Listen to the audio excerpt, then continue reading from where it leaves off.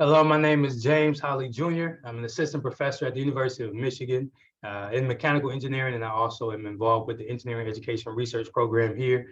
While I'm deeply saddened that I cannot be there with you all, I'm still honored to have this opportunity to share a few words with you. I'm an alum of Tuskegee University. That's where I earned my bachelor's degree in mechanical engineering. And then I went on to study mechanical engineering at Michigan State University, where I earned a master's degree. And then my doctorate I earned from Purdue University in engineering education. Uh, Through that experience, one of the things that I began to do, or one of my foci, is looking at how Black people's intellectualism and experience can reshape the way we think about what engineering is, what making is, what innovation means, and how it can be useful for other Black people. And so today I want to highlight this concept of ebony ingenuity. This was taken from, or I borrowed it from a poem on the song by Don Bean. And what he's talking about is this idea of Black folks' resilience, but also their intellectualism and how they use that to do things for other Black folks. So it's not simply about trying to make it or survive by ourselves, but we're creating this reality within the oppressed reality that still allows us to experience joy, excitement, triumph, success in various ways. And so I bring that concept into the ways that I teach and study engineering.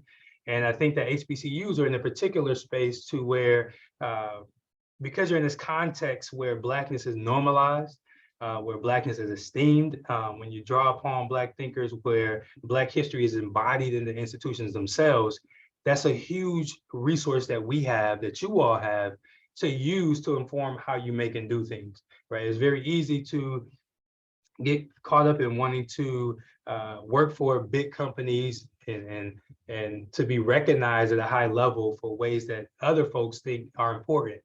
But much less appreciated is the ways in which we work and support one another and use our intellectualism to guide one another to create new realities and technological advancement. And so I have this PowerPoint up because there's this quote I wanted to share with you all to help you think about how to do this. So this is Amiri Baraka,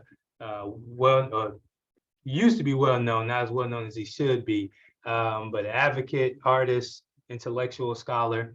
And he says, think of yourself, a Black creator, freed of European restraint, which first means the restraint of the self-determined mind. Machines have the morality of their inventors.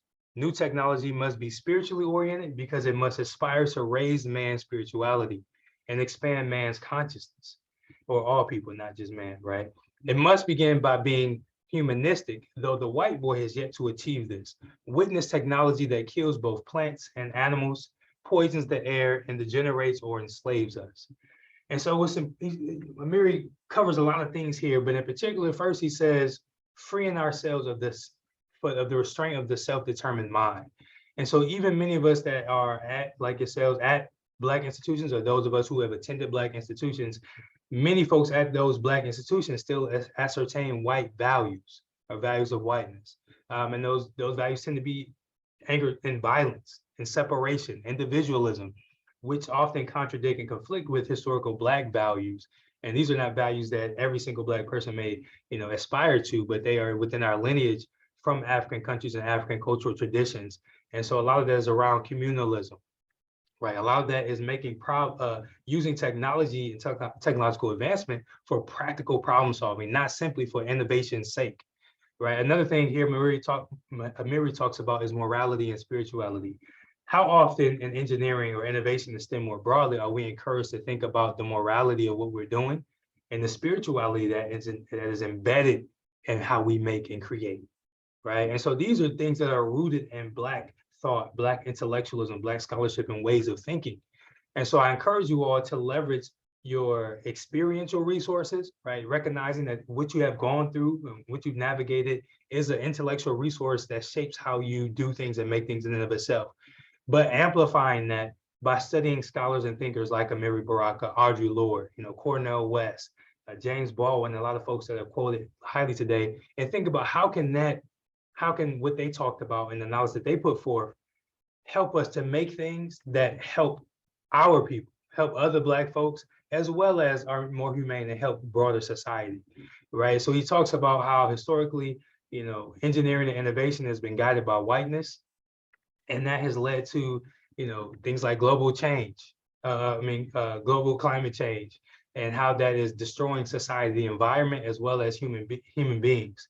And so shifting that way of just, trying to embellish ourselves or make things more convenient for us, and not considering the responsibility we have to not only other humans, but both plants and animals, right? So just my encouragement to you all is this: ebony ingenuity is about embracing Blackness, where the ebony comes from, is Blackness, Black identity, Black experience, and using that to make things, even when we are limited in resources, even when we are not being respected out in the world and respected by, public service officials and things like that, still leveraging our resilience, our navigational capital, in a way that we recreate society with what we do have, that we draw upon our ancestors and the work and the resilience and intellectualism that they showed, to now that we have more resources and society looks very different, to build for future generations, so that we're not just making new technological devices, but we're increasing humanity, right? That we're building together.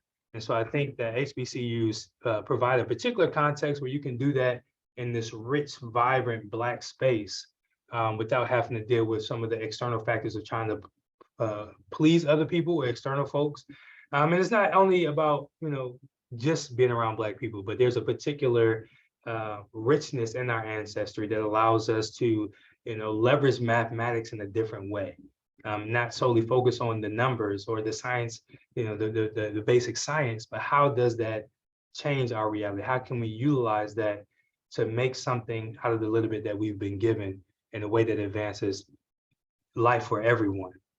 So I encourage you all to take that, enjoy your time during the showcase. Again, I wish I could be there, but feel free to reach out to me if you want to learn more about my work or share with me what you're doing. I'm just so glad that you all have this space and this opportunity, and I encourage you to utilize it to the fullest extent. Take care.